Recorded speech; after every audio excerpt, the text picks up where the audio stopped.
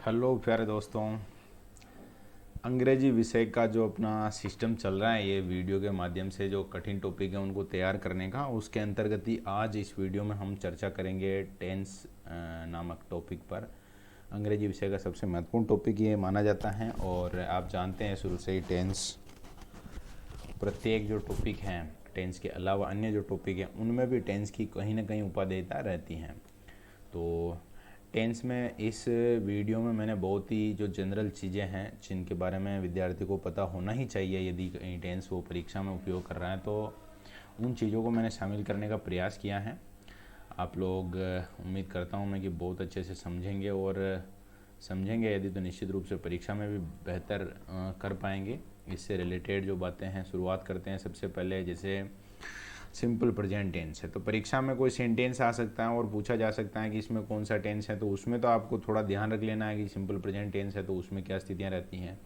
बाकी सबसे जो महत्वपूर्ण बात है टेंस के अंतर्गत वो है इसके अपन नॉर्मल भाषा में बात करें तो सूत्र कह सकते हैं, या अंग्रेजी में अगर आप बात करें तो फार्मूलाज कह सकते हैं उसको, यानी कि सूत्र आपको पता होना चाहिए। तो सूत्र में जैसे सेंटेंस है, सेंटेंस के जो प्रकार हैं वो जनरली अंग्रेजी में 4 प्रकार पढ़ाए जाते हैं कि सकारात्मक वाक्य हैं या नकारात्मक वाक्य हैं या इंट्रोगेटिव वाक्य हैं या फिर इंट्रोगेटिव नेगेटिव वाक्य हैं। तो यहाँ पर मैंने 3 सूत्र ही काम में लिए हैं, 3 सूत्र ही लिखे हैं। तो उसके पीछे यही कारण है कि जब इंट्रोगेटिव नेगेटिव बनता है तो वो आप नॉर्मली समझ जाएंगे। जब नेगेटिव, चूँकि नेगेटिव बनाएंगे तो उसके आधार पर इंट्रोगेटिव नेगेटिव भी आप अच्छे से समझ पाएंगे। अब बात करते हैं, जैसे यहाँ पर सिंपल प्रेजेंट है तो उसमें यदि सकारात्मक वाक्य हमें बनाना है तो सकारात्मक वाक्य में क्या स्थिति रहेगी। तो सबसे पहले हमेशा ही जो वाक्य हैं, कोई भी वाक्य हैं, यदि वो अर्थपूर्ण वाक्य है तो सबसे पहले उसमें सब्जेक्ट होता है। उसके बाद आती है वर्ब की फर्स्ट फॉर्म, और यहाँ दे रखा है वर्ब अथवा वर्ब की फर्स्ट फॉर्म में एस अथवा ई एस। तो यहाँ आपको 2 सेक्शन नज़र आ रहे हैं, ये वाला पार्ट अलग हो गया और ये वाला पार्ट अलग हो गया। यानी कि या तो वर्ब की फर्स्ट फॉर्म लाएंगे हम या फिर वर्ब की फर्स्ट फॉर्म में एस या ई एस लाएंगे। इसके लिए अलग से नियम है, लास्ट में मैंने उनको भी शामिल किया है, तो उसके आधार पर आप अच्छे से इसको हल कर पाएंगे। उसके बाद आ जाएगा ऑब्जेक्ट या कुछ भी और बचता है तो ये हो गया सकारात्मक वाक्य का तरीका।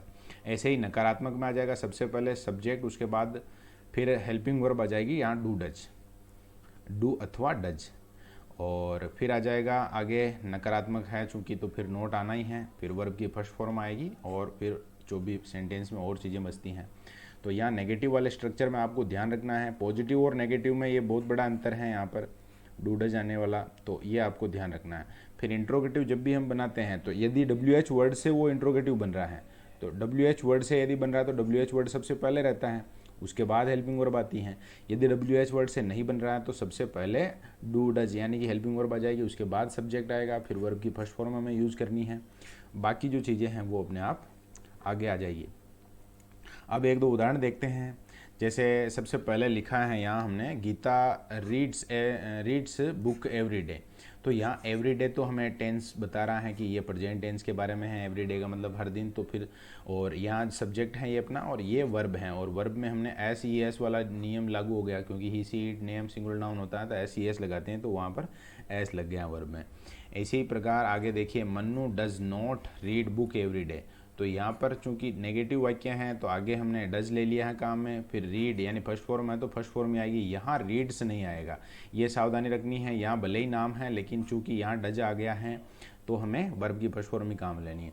और एक और सेंटेंस इंट्रोगेटिव हमने लिया है यहाँ, do you read book every day.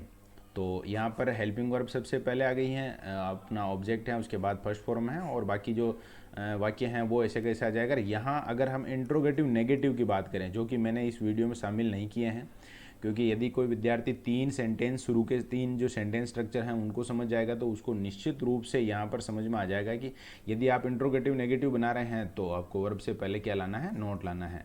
यानी इंट्रोगेटिव नेगेटिव, अगर इस सेंटेंस को हम चेंज करें इंट्रोगेटिव नेगेटिव में तो यहाँ पर डू यू फिर not read book every day आ जाएगा।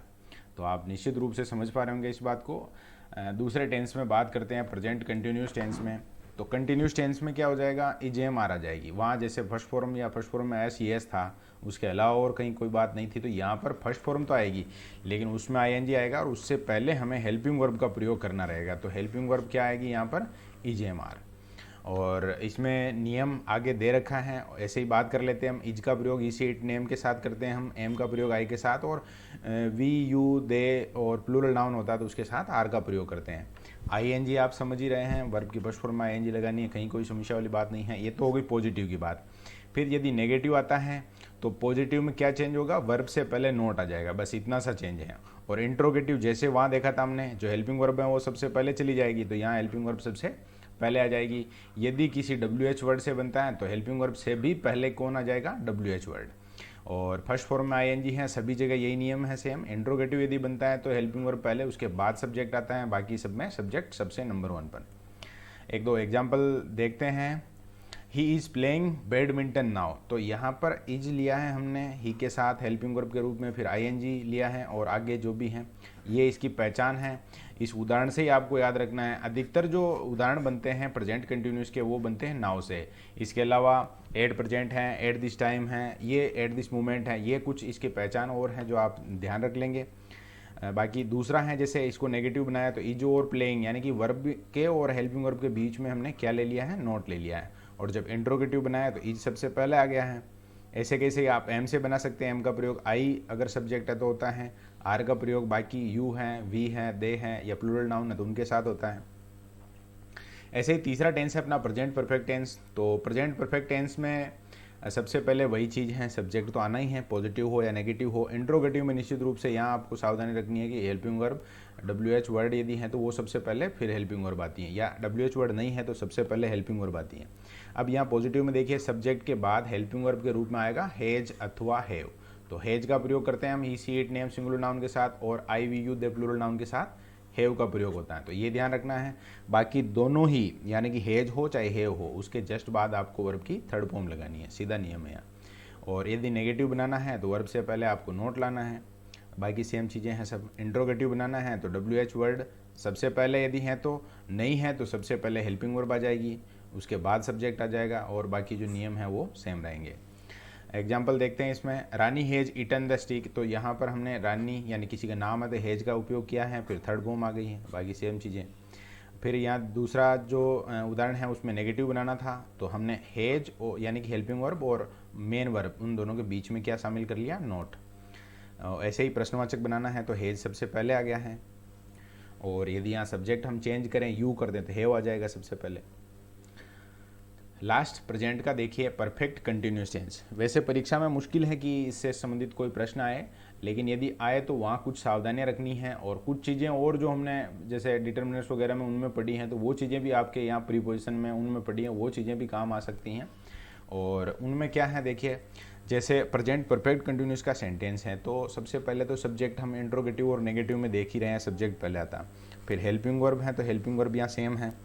फिर देखिए बीन, अब यहाँ सावधानी रखनी है आपको कि हर बार हम नोट का उपयोग कर रहे थे वो वर्ब से जस्ट पहले कर रहे थे, लेकिन ये जो बीन है चूंकि ये भी एक वर्ब का ही रूप है, इसीलिए आपको यहाँ बीन से पहले नोट लाना, बस मुख्य बात है जो इस टेंस में वही ध्यान रखनी है।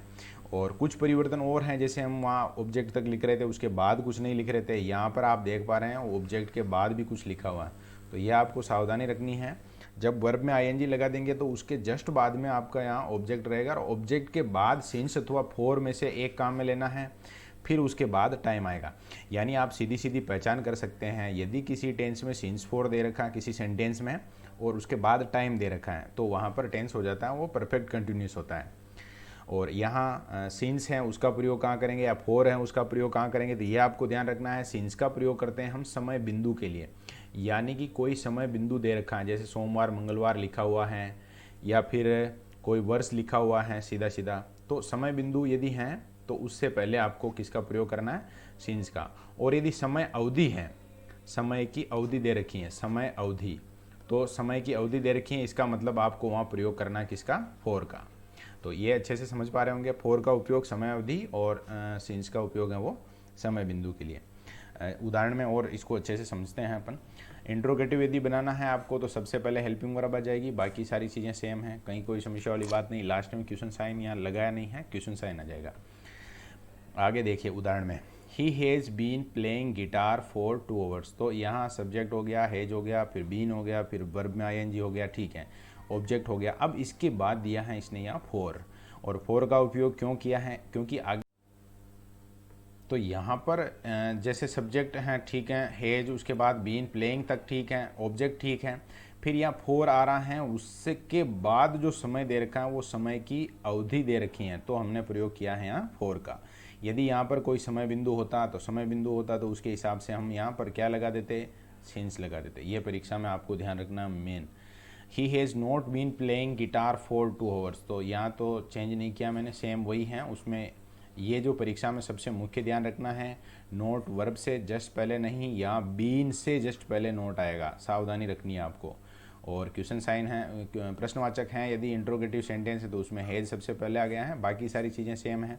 फिर यदि प्रश्नवाचक नकारात्मक आता है तो आपको नोट का प्रयोग कहाँ करना है, तो आप ध्यान रखेंगे इसमें जो नेगेटिव था उसमें बीन से पहले, तो वहाँ भी बीन से पहले उपयोग करना है, ठीक है। ये था प्रेजेंट टेंस अपना। अब बात करते हैं पास्ट टेंस की। तो पास्ट टेंस में जो सबसे मेन ध्यान रखना आपको, चूँकि प्रेजेंट सिंपल हैं तो सिंपल में आपको जो पॉजिटिव सेंटेंस होते हैं, सकारात्मक वाक्य होते हैं, तो सबसे पहले सब्जेक्ट, उसके बाद प्रयोग करनी है आपको वर्ब की सेकंड फॉर्म। वर्ब की थर्ड फॉर्म बहुत जगह काम आती है या फर्स्ट फॉर्म काम आती है, लेकिन सेकंड फॉर्म एकमात्र यही सेंटेंस है जो यदि सिंपल पास्ट का है और पॉजिटिव है तो वहाँ पर आपको वर्ब की सेकंड फॉर्म यूज़ करनी होती है, बाकी जगह इसका उपयोग नहीं किया जाता। फिर ऑब्जेक्ट आ जाएगा और भी वाक्य हैं तो वो आगे आ जाएगा, ठीक है। इसी प्रकार यदि इसका हम नेगेटिव बनाएं तो सबसे पहले सब्जेक्ट, ठीक बात है, उसके बाद आपको हेल्पिंग वर्ब के रूप में यूज करना है डिड का, फिर नोट आ जाएगा। और यदि डिड का उपयोग आप सेंटेंस में कर रहे हैं तो वर्ब की सेकंड फॉर्म नहीं आएगी, वर्ब की फर्स्ट फॉर्म आएगी, इसको भी पक्का याद रखना है आपको। यदि कहीं कोई सेंटेंस है, जैसे इरर वाले बहुत सारे सेंटेंस, इरर वाला टॉपिक आपके हैं, उसमें आपको सेंटेंस में करेक्शन करना है, तो करेक्शन में बहुत सारे प्रश्न ऐसे बनते हैं जहाँ पर डिड भी दे रखा होता है और वर्ब की सेकंड फॉर्म भी दे रखी होती हैं, तो यदि वो नेगेटिव है तो डिड तो उसमें आएगा ही, फिर आपको यहाँ जो सेकंड फॉर्म है उसको फर्स्ट फॉर्म में बदलना है, बस परीक्षा में यही वहाँ करेक्शन होगा। और इंट्रोगेटिव यदि बनता है तो डिड सबसे पहले आ जाएगा, फिर सब्जेक्ट है, फिर फर्स्ट फॉर्म, और वही सारी चीज़ें सेम हैं, बस डिड आ गया तो फर्स्ट फॉर्म आएगी, ये आपको इसमें ध्यान रखना है। अब इसमें उदाहरण देखिए, जैसे ही विजिटेड, तो यहाँ सेकंड फॉर्म है, येस्टरडे इसकी पहचान हो गया, बीता हुआ काल है तो ठीक है। और यदि नेगेटिव है तो उससे पहले डिड आ गया है, और वर्ब है वो आप यहाँ देख सकते हैं विजिट ही है, यानी कि फर्स्ट फॉर्म है। इसी प्रकार लास्ट वाला है जिसमें क्वेश्चन प्रश्नवाचक बनाया है तो उसमें विजिट फर्स्ट फॉर्म है, डिड सबसे पहले। और यहाँ एक सुविधा है आपके लिए कि जो पास्ट सिंपल है उसमें किसी प्रकार का कोई नियम याद नहीं करना, चाहे आई हो, चाहे ही हो, चाहे सी हो, चाहे वी हो, कुछ भी हो, सभी के साथ यदि पॉजिटिव है तो सेकंड फॉर्म है, और यदि नेगेटिव है तो सभी के साथ डिड हैं, या फिर इंट्रोगेटिव है तो भी डिड है। फिर अब बात करते हैं कंटिन्यूस टेंस की। तो पास्ट कंटिन्यूस में देखिए, जैसे ईजीएमआर हमने प्रेजेंट में यूज किया था कंटिन्यूस में, उसी प्रकार यहाँ हेल्पिंग वर्ब के रूप में आ जाएगा वाज वर्ब, फिर वही आईएनजी हैं, आगे जो भी वाक्य बचता है वो लेना ही है आपको। अब यहाँ पर वाज और वर में आपको ध्यान रखना है, जैसे वाज हैं उसका प्रयोग हम subject he, she, it, name, singular noun के साथ करते हैं। साथ ही साथ आपको एक विशेष बात ध्यान रखनी है, वो है आई के साथ भी हम वाज का प्रयोग करते हैं, ये थोड़ा सा मैटर बनेगा, परीक्षा में भी आपको सावधानी रखनी है। और इनके अलावा जैसे वी हैं, यू हैं, दे हैं, तो इन सब के साथ, या फिर प्लूरल नाउन है तो उन सब के साथ आप हैं जो वर्ब का उपयोग करेंगे। और नेगेटिव बनता है तो वर्ब से पहले आपको नोट लाना होता है, ठीक है। और इंट्रोगेटिव है तो हेल्पिंग वर्ब सबसे पहले जाएगी, ये आप समझ ही चुके हैं। WH है तो वो इससे भी और पहले आ जाएगा। एग्जाम्पल देखिए, she was sleeping when I came, तो यहाँ पर अपना सेंटेंस हो गया, सब्जेक्ट हो गया, फिर वाज वर्ब में से वाज यहाँ पर वर्ब में आईएनजी, ठीक है। और आगे ये पहचान हो गया, एक तरह से कह सकते हैं जब वेन आता है तो फिर उसमें पास्ट कंटिन्यूस होता है, और वेन के साथ साथ क्या होता है, तो वेन के साथ साथ आपको समझना है वर्ब की सेकंड फॉर्म होती है। She was not sleeping when I came, तो यही सेंटेंस है। अब इसको केवल बताया है कि स्लीपिंग से पहले नोट आएगा, वर्ब से पहले नोट आएगा। और इंट्रोगेटिव में तो सबसे पहले आपका हेल्पिंग वर्ब आ जाएगा, उसके बाद बाकी सेम चीज़ें हैं। इंट्रोगेटिव नेगेटिव लिखा नहीं है, आपको पता है, लेकिन ध्यान रखना है यदि हमें इंट्रोगेटिव नेगेटिव बनाना है तो स्लीपिंग यानी कि वर्ब है उससे पहले आपको क्या लाना होगा, नॉट। आगे देखिए पास्ट परफेक्ट टेंस। तो पास्ट परफेक्ट टेंस जैसे सिंपल था इसका पास्ट का, वैसे के वैसे ही बहुत ईजी है। इसमें भी आपको कहीं अलग से सब्जेक्ट के साथ हेल्पिंग वर्ब याद नहीं रखनी है। सब्जेक्ट चाहे जो हो सभी के साथ हेल्पिंग वर्ब हमेशा थर्ड हेड आएगी, मतलब कि हेल्पिंग वर्ब हेड आएगी और वर्ब की जो फॉर्म आएगी वो हमेशा थर्ड आएगी। ठीक है, बाकी सेंटेंस सेम रहेगा। यदि हमें नेगेटिव सेंटेंस बनाना है तो वर्ब से पहले नोट लाना है, और इंट्रोगेटिव बनाना है तो सबसे पहले क्या आ जाएगा, हेड यानी हेल्पिंग वर्ब। ठीक है, और लास्ट में आ जाएगा क्वेश्चन साइन, ये भी आपको ध्यान रखना है। एग्जाम्पल देखिए, he had gone to Pali when I called him. तो यहाँ पर सब्जेक्ट फिर हेड हो गया, थर्ड फॉर्म है, और ये जो भी ऑब्जेक्ट है उसके बाद ये पहचान के रूप में यहाँ पर दे दिया है इसने। He had not gone to Pali when, तो बाकी सारे सेंटेंस हैं। मेन यहाँ ध्यान रखना आपको कि हेल्पिंग वर्ब से पहले नोट आएगा नेगेटिव में, और यदि इंट्रोगेटिव है तो सबसे पहले हेल्पिंग वर्ब आएगी। पास्ट परफेक्ट कंटिन्यूस की बात करते हैं, लास्ट वाला इसका पास्ट का। तो इसमें जैसे हमने प्रेजेंट परफेक्ट कंटिन्यूस पढ़ा था तो उसमें जस्ट हैज हैव के बाद बीन था, हैज हैव के तुरंत बाद बीन, तो वहाँ हैज हैव की जगह तो हो गया है इस टेंस में हेड, और बाकी सारी चीज़ें सेम है। हेड के अलावा कहीं किसी भी प्रकार का कोई चेंज नहीं है, पूरा का पूरा स्ट्रक्चर वो सेम रहेगा। और इसमें आगे मैंने वो चीज़ें लिखी नहीं हैं, जैसे वर्ब की फर्स्ट फॉर्म आएंगी तो उसके बाद जैसे ऑब्जेक्ट हो गया, ऑब्जेक्ट के बाद आपका क्या आ जाएगा, सिंस फॉर, और सिंस 4 के बाद आप जान ही रहे हैं सिंस 4 के बाद क्या आएगा, सिंस 4 के बाद आएगा टाइम। ठीक है, तो टाइम का थोड़ा सा आप ध्यान रख लेंगे, टाइम आएगा इसके बाद, और उसके बाद यदि कुछ बचता है सिंस कहाँ आएगा अभी मैंने बता दिया, 4 कहाँ आएगा, वो सेम नियम जैसे प्रेजेंट में थे वैसे ही यहाँ रहेंगे, समय बिंदु के पहले सिंस और समय अवधि के पहले 4 का प्रयोग करना है, बाकी चीज़ें सेम हैं। अब सबसे खास बात जो ध्यान रखनी है आपको, अगर नेगेटिव है तो उसमें आपको बीन से पहले नोट लगाना है, बस मेन चीज़ ये ध्यान रखनी है। एरर वाला कोई प्रश्न बनता है तो उसमें भी यही नियम रहेगा। बाकी वर्ब की फर्स्ट फॉर्म में आईएनजी हैं, यहाँ लगा देंगे आप नोट तो गड़बड़ हो जाएगा मामला, बीन से पहले लगाएंगे। इंट्रोगेटिव बनता है तो सबसे पहले हेड आ जाएगा, बाकी सारी चीज़ें सेम है, लास्ट में क्वेश्चन साइन आ जाएगा। इंट्रोगेटिव नेगेटिव बनता है तो आपको ध्यान रखना है बीन से पहले आ जाएगा अपना नोट। एग्जाम्पल देखिए, they had been living in Jakarta about 10 years, तो यहाँ सिंस 4 की जगह अबाउट आ गया, 4 भी यूज़ कर सकते हैं आप। दे हैड बीन, तो यहाँ पर हेड है, फिर यहाँ सब्जेक्ट हो गया आपका, और बीन लाना है आपको वर्ब से पहले, वर्ब में आईएनजी लानी है, फिर ऑब्जेक्ट हो गया और बाकी सारी चीज़ें ऐसे कैसे ही। यदि नेगेटिव बनाना है तो बीन से पहले नोट लाना है। इंट्रोगेटिव आएगा तो सबसे पहले हेड आ जाएगा, अगर WH वर्ड है तो उससे पहले हेड से पहले WH वर्ड आ जाएगा। अब बात करते हैं अपन सिंपल फ्यूचर टेंस यानी फ्यूचर टेंस की। तो फ्यूचर टेंस में आपको कुछ चीज़ें याद रखनी पड़ेगी, जैसे यहाँ हमारे पास जो वर्ब्स हैं वो 2 हो गई हैं, तो आई और वी के साथ तो आता है शेल। आई और वी के साथ हमेशा हम प्रयोग किसका करते हैं, आई और वी, 2 ही सब्जेक्ट हैं जिनके साथ हमेशा प्रयोग होता है शेल का। और अन्य जितने भी जो सब्जेक्ट हैं अंग्रेजी में उनके सबके साथ विल का प्रयोग करना आपको। जो पॉजिटिव सेंटेंस बनता है उसमें सबसे पहले सब्जेक्ट, इसमें समझाने की जैसी बात ही नहीं है। फिर विल सेल में से एक, आई वी हैं अगर सब्जेक्ट तो फिर सेल का यूज़ करना है, आई वी के अलावा है तो उसमें विल का यूज़ करना है। फिर वर्ब की फर्स्ट फॉर्म है, ऑब्जेक्ट है, और बाकी जो भी चीज़ें बचती हैं आगे आ जाएगी। फिर यदि नेगेटिव बनाना है तो वर्ब से पहले क्या लाना है, नॉट। इंट्रोगेटिव बनाना है तो WH वर्ड सबसे पहले, यदि नहीं है तो सबसे पहले हेल्पिंग वर्ब, अन्यथा WH वर्ड फिर हेल्पिंग वर्ब फिर सब्जेक्ट फिर वर्ब में फर्स्ट फॉर्म, वर्ब की फर्स्ट फॉर्म और बाकी सारी चीज़ें। नेगेटिव इंट्रोगेटिव बनाना है तो आप जानते हैं वर्ब से पहले आपको क्या लाना है, यहाँ not. She will eat fried rice, तो यहाँ पर सी के साथ यूज किया है विल का, तो आई और वी दोनों में से कोई एक हो तो शेल का यूज़ करना है, बाकी सबके साथ विल का यूज़ करना है, तो कहीं कोई समस्या वाली बात ही नहीं है। किसी का नाम आता है तो भी विल ही आएगा। फिर यदि नेगेटिव बनाना है तो वर्ब से पहले नोट लेके आ गए हम, और यहाँ जैसे प्रश्नवाचक बनाना है तो सबसे पहले आ गया अपना हेल्पिंग वर्ब। फ्यूचर कंटिन्यूस में क्या याद रखना है, यहाँ जो नियम हमने सिंपल में याद किया था फ्यूचर सिंपल में वो सेम रहेगा, यानी कि आई और वी के साथ सेल, अन्य सभी के साथ विल, लेकिन वर्ब से पहले क्या एक चीज़ और आ जाएगी वो ध्यान रखनी है, बी, और वर्ब में आएगा आईएनजी। कंटिन्यूस जहाँ भी है तो वर्ब में आईएनजी है, ये गारंटी है, सभी जगह याद ही रखना आपको। और आगे जो सेंटेंस हैं वो ही हैं। फिर यदि नोट नेगेटिव बनाना है तो जैसे हमने परफेक्ट कंटिन्यूस वाले टेंसेज में ध्यान दिया था वही चीज़ आपको यहाँ भी ध्यान देनी है। यहाँ पर वर्ब से पहले नोट नहीं आएगा, वर्ब से पहले आएगा बी और बी से पहले आएगा नोट, यानी कि जो बी है वो भी एक तरह से आप इसको वर्ब भी मान कर चलिए, बी या बीन, तो नोट उससे पहले काम में लेना है आपको। और यदि प्रश्नवाचक बनता है तो विल सेल आएगा यहाँ, और फिर सब्जेक्ट है, फिर बी है। इंट्रोगेटिव नेगेटिव बनेगा तो यहाँ आपको ध्यान रखना है बी से पहले आपको नोट लाना है। फिर देखिए यहाँ पर उदाहरण है, उनमें आई के साथ आ गया विल अपना, फिर ठीक है बी हैं, वर्ब में आईएनजी हैं, और आगे जो भी ऑब्जेक्ट वगैरह हैं वो चीज़ें। फिर यहाँ अगर नेगेटिव बनाना है तो सबसे पहले सब्जेक्ट, फिर हेल्पिंग वर्ब है, फिर बी से पहले आ गया है अपना नॉट, और बाकी सारी चीज़ें सेम हैं। इसी प्रकार इंट्रोगेटिव बनाना है तो सबसे पहले हेल्पिंग वर्ब हैं, उसके बाद सब्जेक्ट हैं, उसके बाद फिर बी, फिर वर्ब में आईएनजी और बाकी चीज़ें।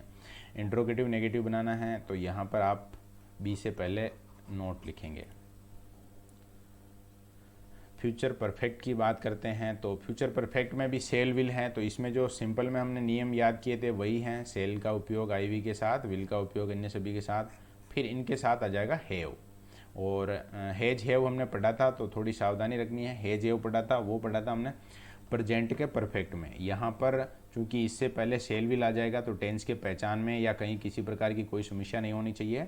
और परफेक्ट जहाँ भी है वहाँ थर्ड फॉर्म है, जैसे प्रेजेंट का पढ़ा था उसमें भी हैज हैव के बाद थर्ड फॉर्म पढ़ी थी, या हमने पास्ट का पढ़ा था तो पास्ट में भी हेड के बाद थर्ड फॉर्म है। और यहाँ फ्यूचर में भी यदि फ्यूचर का परफेक्ट है तो हैज हैव के साथ मतलब कि सेल विल के बाद हैव के बाद हमेशा थर्ड फॉर्म आएगी। ठीक है, यदि नेगेटिव बनाना है तो हैव से पहले आपको नोट लाना है। थोड़ी सी सावधानी की बात है, यहाँ भी वर्ब और हैव है दो, इसके बीच में आपको नोट नहीं लाना है, हैव से पहले नोट लाना है। यहाँ भी एरर वाला प्रश्न बनता है। एरर वाले प्रश्न में क्योंकि विद्यार्थी है निश्चित रूप से शुरू के जो टेंस हैं, जैसे अपना प्रेजेंट टेंस है या पास्ट टेंस है, तो उनमें हैज हैव पढ़ा है, हेड पढ़ा है, तो हमने जहाँ नेगेटिव बनाने थे वहाँ पर हमने पहले नोट लिखा था, और मतलब वर्ब आ गई, वर्ब की थर्ड फॉर्म आ गई, उसके जस्ट पहले लिखा था हमने नोट, और उससे पहले लिखा था हैज हैव।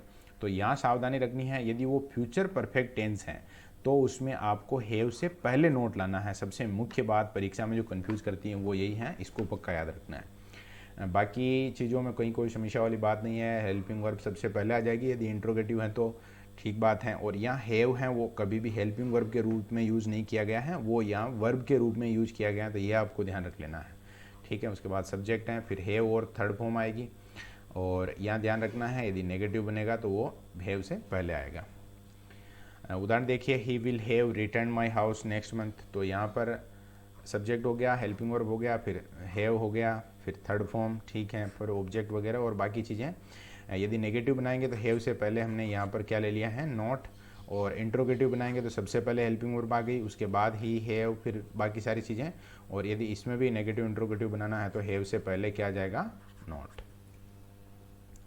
अब लास्ट टेंस बचा है अपना फ्यूचर परफेक्ट कंटिन्यूस टेंस। तो फ्यूचर परफेक्ट कंटिन्यूस टेंस में वही सारी चीज़ें हैं, जैसे सिंस फोर का उपयोग करना है तो यहाँ कोई समस्या वाली बात नहीं है। सिंस फोर का प्रयोग हमने प्रेजेंट के फ्यूचर परफेक्ट में किया, प्रेजेंट के अपने क्या नाम बोलते हैं इसको, प्रेजेंट परफेक्ट कंटिन्यूस में यूज किया था, और इसी प्रकार से पास्ट परफेक्ट कंटिन्यूस में यूज किया था।